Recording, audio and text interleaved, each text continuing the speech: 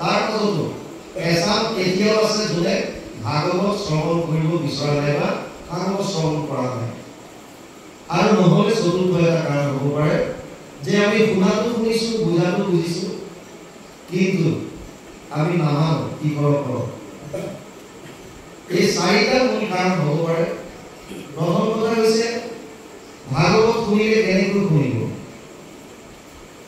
অৰ্জুনক গীতাত কৈছে শ্ৰদ্ধাৱান লব্ধতে জ্ঞানম তৎপৰেশং যতেন্দ্ৰিয় জ্ঞানম লব্ধ্বা পৰম শান্তি অচিৰে অধিগচ্ছতি। চতুৰ্থ অধ্যায় 39 নম্বৰ শ্লোক গীতা। হে অৰ্জুন, যিজন শ্ৰদ্ধাৱান তেওঁহে জ্ঞান লাভ কৰিব পাৰে। এতিয়া ভাগৱত শুনোতে যদি আমাৰ ভাগৱতৰ প্ৰতি শ্ৰদ্ধাই নাই, জাষ্ট অনুষ্ঠান হিচাপে যদি আমি শ্ৰৱণ কৰোঁ, তেতিয়াহ'লে ভাগৱতৰ তত্ত্ববিলাকে আমাৰ হৃদয় চুব নোৱাৰিব। আৰু শ্ৰদ্ধা কেতিয়া আহিব? যেতিয়া আপুনি তাৰ মাহাত্ম্যটো বুজিব যে ভাগৱতত এনেকুৱা কি আছে। যিকোনো এজন ব্যক্তিৰ প্ৰতি আমাৰ শ্ৰদ্ধা কেতিয়া আহে? যেতিয়া মানুহজনৰ বিশেষ এটা গুণৰ বিষয়ে আমি গম পাওঁ। ভাগৱতত এনেকুৱা কি আছে? ভাগৱতৰ মাহাত্ম্যৰ বিষয়ে ব্যাসদেৱে পদ্মপুৰাণৰ উত্তৰখণ্ড ৬টা অধ্যায়ত ভাগৱত মাহাত্ম্য নাম দি ভাগৱতৰ মহিমা গাইছে। আচলতে ভাগৱত শ্ৰৱণ কীৰ্তন কৰিলে কি হয়? ব্যাসদেৱে কৈছে যত্ৰ যত্ৰ ভাগৱতী বৰ্ত ভক্তি আদি কাম ভজে কথা শব্দম সমকৰণম তত্ত্বিকম তৰুণয়ে। পদ্মপুৰাণ উত্তৰখণ্ড ভাগৱত মাহাত্ম্য ৩য় অধ্যায় ৯ নম্বৰ শ্লোক। য'ত য'ত ভাগৱতৰ কথা হয়, যত্ৰ যত্ৰ ভাগৱতী বৰ্ত ভক্তি আদি কাম ভজে, তাহলে ভক্তি আদি আগমন ঘটে, মানে ভক্তি, জ্ঞান আৰু বৈৰাগ্য। আৰু শ্ৰোতাৰ হৃদয়ত ভক্তি, জ্ঞান, বৈৰাগ্য তিনিটাই স্থিৰ হয়। যিমান আপোনালোকে ভাগৱতৰ কথা শুনিব, কথা শব্দম সমকৰণম ত্ৰিকম তৰুণয়ে, এই তিনিটা তৰুণ হৈ গৈ থাকিব বুলি দিছে, জোৱান হৈ গৈ থাকিব। কি? ভক্তি, জ্ঞান আৰু বৈৰাগ্য। ইয়াত থকালৈকে আপোনালোকৰ ভিতৰত আজি ভক্তি বস্তু বাঢ়িব, জ্ঞান বৃদ্ধি হ'ব আৰু সংসাৰৰ প্ৰতি তিলমান হ'লেও বৈৰাগ্য বাঢ়িব, ইয়াত কোনো সন্দেহ নাই। কিন্তু ইয়াৰ পৰা ওলাই যোৱাৰ পাছত কোনে কিমান সময়লৈকে হৃদয়ত ভক্তি বস্তু ধাৰণ কৰি ৰাখিব পাৰে, সেয়া আমি আপোনালোকক দেখিছোঁ। ব্যাসদেৱে কৈছে কথা ভাগৱতস্যাপি নিত্যম ভৱতি যৎ গৃহে তৎ গৃহম তীৰ্থ ৰূপম হি বাসতম পাৱনাসনম। পদ্মপুৰাণ উত্তৰখণ্ড ভাগৱত মাহাত্ম্য ৩য় অধ্যায় ২৯ নম্বৰ শ্লোক। ভাগৱতৰ কথা যিখন ঘৰত সদায় হয়, এনেধৰণৰ অনুষ্ঠানত আমি ২ ঘণ্টা ৩ ঘণ্টা আলোচনা কৰি এটা বিশেষ আখ্যানৰ ওপৰত আলোচনা হ'ব।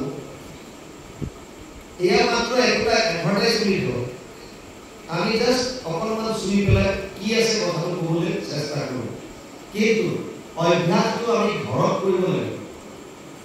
যিখন ঘৰত সদায় ভাগৱতৰ চৰ্চা হয়, অকণমান হ'লেও শ্লোকাৰ্ধম শ্লোক পদম শ্ৰীমদ ভাগৱতোদ্ভৱম অকণমান যদি হয়, ব্যাসদেৱে কৈছে আপোনাৰ ঘৰখন তীৰ্থলৈ ৰূপান্তৰিত হ'ব। আৰু তাত যদি কিবা কাৰণত পাপ আছিল, জানি বা অজানি, এই সমস্ত পাপৰ পৰা পৰিত্ৰাণ পাব। ব্যাসদেৱে ৫,৫০০ মান বছৰ আগতে গম পাইছিল যে কলিযুগৰ মানুহে ধৰ্মৰ ক্ষেত্ৰতো কম্পেয়াৰ কৰি চাব, তুলনা কৰি চাব, কোনটো পন্থত গ'লে মোৰ লাভ বেছি হ'ব। যেনেকৈ বহুতো ৰাজনীতিবিদ, পলিটিচিয়ান আপোনালোকে দেখা পায়, ৰাতিপুৱালৈকে এটা দলত থাকে, বিপৰীত পক্ষৰ মানুহক গালি পাৰি থাকে, সিহঁতৰ গোটেই দোষে থাকে। তাৰপাছত দেখা পাব যে আবেলি সময়ত ১০০টামান লগত গৈ পেলাই এইটোতে জইন কৰিলে, আৰু জইন কৰাৰ পাছত সিহঁতৰ তেতিয়া গুণ গোৱা আৰম্ভ কৰি দিয়ে। কিয়? তাৰমানে আগতে কিবা এটা বেনিফিট পোৱা নাছিল আৰু পিছত কিবা এটা তাৰ পৰা পাইছে, সেইকাৰণে এইফালে জইন কৰিলে। এই কেছটো ধৰ্মৰ ক্ষেত্ৰতো হ'ব পাৰে বুলি ভাবিয়ে ব্যাসদেৱে পদ্মপুৰাণত ভাগৱত মাহাত্ম্যত এটা শ্লোক দিলে, য'ত লিখি হৈ গ'ল অশ্বমেধ সহস্ৰাণি বাজপেয় শতানি চ শুকশাস্ত্ৰ কথায় সকলো নৰহন্তি সৰসীম। পদ্মপুৰাণ উত্তৰখণ্ড ভাগৱত মাহাত্ম্য ৩য় অধ্যায় ৩০ নম্বৰ শ্লোক।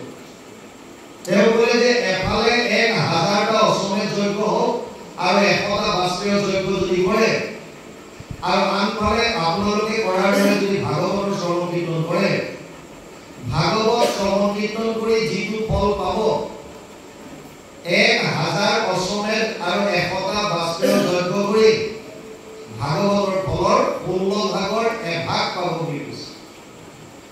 গতিকে এই ফলৰ পৰা ভাগৱত শ্ৰৱণ কীৰ্তনত আমাৰ লাভ আছে। ভাগৱত ভগৱান কৃষ্ণৰ বাংময় মূৰ্তি বুলি কোৱা হয়। পদ্মপুৰাণ উত্তৰখণ্ড ভাগৱত পুৰাণৰ 3য় অধ্যায় 62 নম্বৰ শ্লোকত লিখিছে, তেনেও বাংময় মূৰ্তি প্ৰত্যক্ষ বৰ্ততে হৰি সেৱাত শ্ৰৱণাত পথত দৰ্শনাত পাৱনাশিনী। ভাগৱত ভগৱান কৃষ্ণৰ বাংময় মূৰ্তি শব্দকাৰী আখ্যান হৈ আছে। এই ভাগৱতক যদি কোনোবাই সেৱা কৰিছে, সেৱাৰ দ্বাৰা, শ্ৰৱণাত শ্ৰৱণৰ দ্বাৰা, পথত পথৰ দ্বাৰা, আৰু নহলে যদি দৰ্শন মাত্ৰ কৰিছে শ্ৰদ্ধা সহকাৰে, তেওঁলোকৰ পাপ নাশ হ'ব বুলি ব্যাসদেৱে লিখি থৈ গৈছে।